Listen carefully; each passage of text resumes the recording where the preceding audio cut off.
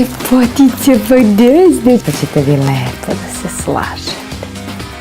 Izgleda sam malo preterala. Ja ću sve to da budem lepo na rad.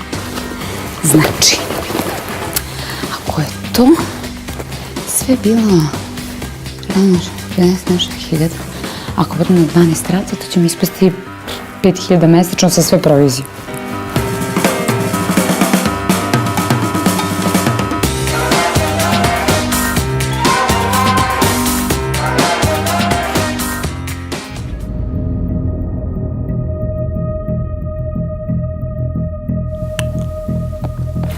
Eto ću na rate.